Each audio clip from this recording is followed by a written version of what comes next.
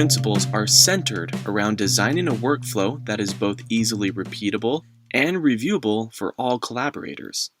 Using Git as your version control system, you have a lot of flexibility on what exactly that workflow looks like. One popular workflow used by many that is designed primarily around the release is called the Git flow. The Git flow begins with two main branches, a master branch, which is deployable to production, and a develop branch that contains the development changes for the next release. Along with these two branches, there are supporting branches such as hotfix branches, release branches, and feature branches that support the development and tracking of changes for a production release. Each of these branches have a specific purpose and are restricted to certain rules and guidelines on how they operate and interact with each other. Now, without going into too much detail on how these branches work, you can quickly start to realize how convoluted this can become. In fact, this workflow can be complicated enough that helper scripts have been developed just to help enforce the rules in this workflow. And since this workflow cannot be enforced by a GUI, developers are limited to the command line, which means they need to learn everything very well, which takes a lot of time. But despite its complexities, the Git flow does have a lot of benefits and is a well-tested workflow that works for a lot of development teams that fit within its guidelines. However, there is another Git workflow that is a much simpler flow that doesn't need helper scripts, and one that is not centered around the release. The GitHub flow is a lightweight, branch-based workflow that supports teams and projects where deployments are made regularly. The GitHub flow combines all mainline branches into one master branch, and all hotfixes are treated like feature branches. Once a branch is merged and changes are pushed to the master branch is ready to be deployed.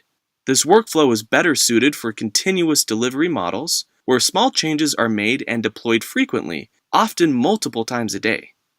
Branching is a core concept in Git and something the GitHub flow is based on. And since all branches outside of the master branch are considered feature branches, understanding the life cycle of a feature branch is understanding the GitHub flow. The GitHub flow starts by creating a feature branch off of master. And when you create a branch in your project, it's copying that project from that point in time into a parallel environment where you can try out new ideas and introduce changes without affecting the master branch. After the feature branch has been created, the next step is to make the changes you want to incorporate into the master branch by making a commit. A commit can be made by adding, modifying, or deleting content contained in the project's files. When making a commit, you can also add a commit message as a brief summary of what changes have occurred.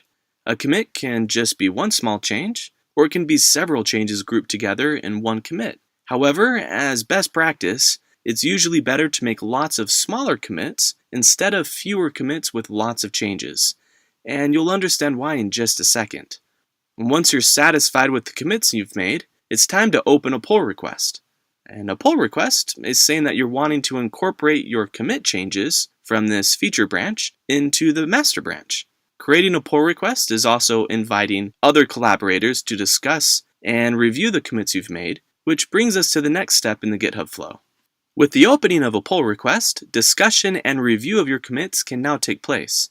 For those reviewing your commits, they have full visibility to the changes you're making and can comment to the pull request generally, or it can get as granular as commenting on a specific line of code or content change in each file. This is a great way to ensure that these commits are following project guidelines or any specific coding styles.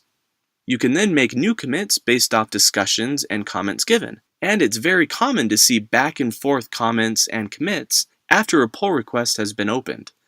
It's also much easier for someone to review small changes being introduced in multiple commits instead of a lot of changes in just one commit.